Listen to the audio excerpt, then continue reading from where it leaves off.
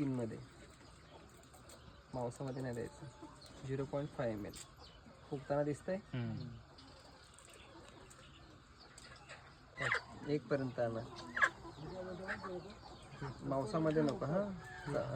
चामडीमध्ये गेले पाहिजे. वरच्यावर अजून खाली. हे असं खाली घ्यायचं, हे खाली पकडायचं असतं. रक्त नाही निघालं पाहिजे, नसमध्ये नाही गेलं पाहिजे. बस बघा.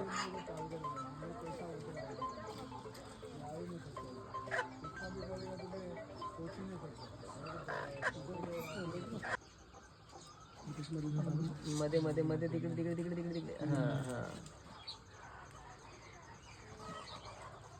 बस अर्धा ml द्या. बघा